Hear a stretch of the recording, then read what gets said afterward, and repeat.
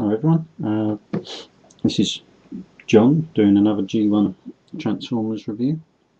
For this review, as you can see, I'm going to do Mirage, another one of the original G1 cars, obviously based on a Formula 1 car of the era. I'll just show you. He came with shoulder rocket launcher again, as with most of the G1 cars. This one, unfortunately, the spring has gone on it, but the missile does just stay in there. Obviously chrome missiles, and as with most of the G1 figures, the weapon is obviously only for him. They each had their individual guns and weapons, so that although they reissued in different colours, such as in Red Alert and Sideswipe, the individual figures like these, where they were never recoloured for a different figure, they are completely just for that figure, so quite hard to pick up if you're ever looking for parts, as in with his laser rifle. I believe the backstory of Mirage was that he was quite sort of wealthy back on Cybertron. It was like a hunting rifle, I suppose because he had the time to spare to go hunting. I don't know what you'd have hunted on Cybertron, Sharkagons maybe. But there you go, a little bit of backstory for him. As you can see, as I said, he's based on a Formula 1 car of the time, so he's got his advertising and that on the bodywork, and his pub sign on his backside, effectively. Autobot symbols, again a little bit more of the advertising. It's quite a nice vehicle mode, all with rubber tyres and chrome wheels as of at the time.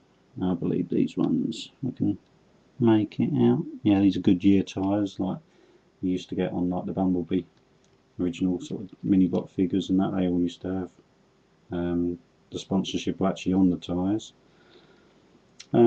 It's a good figure, quite hard to pick up in really good condition. They do suffer from bad colour discoloration. On the front, going sort of like off-white yellowy, but also the blue does discolour to a sort of weird greeny colour. But I'm quite lucky in the fact that this has virtually got none of that. It's just a very slight hint of it on that side, but probably not enough that you can even pick it out on camera. Now you can't really see it. It's only sort of minor anyway, but you do get some of their terrible sort of the condition they sort of get into. I'll transform him. He's quite a simple transformation. You pull out the back of the car, which is pretty standard for a lot of the G1 car transformers, and separate it again, as in sort of with Sideswipe and those transformers, to create more of a separate leg. The back chrome wing becomes his toes, though they are a little bit floppy, and you pull out the sides where the sponsorship is to bring out his arms, and then you can lift those up and turn the fists around, and they do slightly, if I remember correctly. Oh, I've got a spinning round, that's the thing I'm forgetting. You've got to turn him round at the waist like that, so that these are actually the arms this way round, the fists are the right way up there. And although you've got some sticker details there, you flip down the front of the racing car and flip the wheels back, and that reveals his head sculpt, and that's pretty much him transformed. He is a little bit loose, he does tend to try and slip back down, but it's a good figure. I mean, he's again very iconic. He's one of the original ones in the cartoon, and obviously sort of like was in the credits of the original Transformers cartoon line, so well known to anyone who knows the G1 cartoons. You take his rocket launcher and fit it onto the almost like the front axle part of the wheels. Lift him up again. A lot of these older figures, they do have a tendency that they start to slip because the friction on the old joints sort of goes a little bit. You can sort of build it up a little bit with super glue and that, but obviously you've got to be careful, otherwise you're going to end up sticking him up solid. And of course you take his hunting rifle, you can peg that into his fists. Having real trouble with him trying to stay up at the minute. That's it. But yeah, it's a nice G1 figure. He's very different from the other Autobot cars in so much of, maybe not in transformation, but certainly in his car mode and sort of character in that as well. He's quite a well-known character in the cartoons.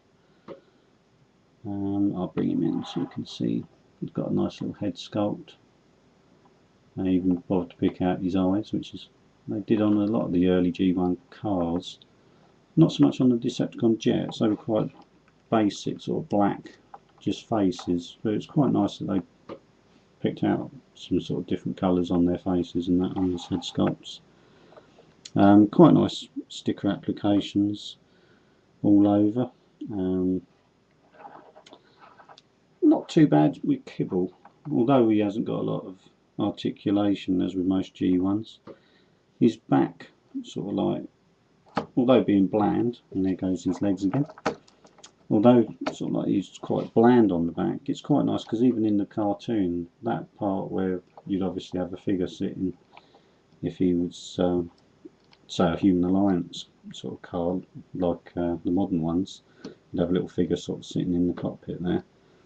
Even in the cartoon, he still had the cockpit sort of shown on his back in the actual cartoons. So it's quite nice the fact that he's quite accurate to the cartoon series, which was unusual because a lot of them are a bit, they take a little bit of liberties to actually sort of make the toy line.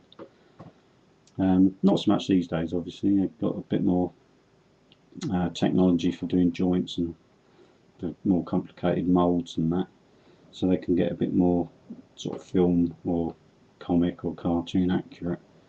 But for his day, he was actually very accurate to the cartoon series, and it sold well, I believe. I mean, I've had this one for quite a long time now, and I'm glad I did. As I said, he is a bit of a nightmare to try and pick up in good condition, but he's well worth picking up, and again looks really good with the other G1 Autobot cars.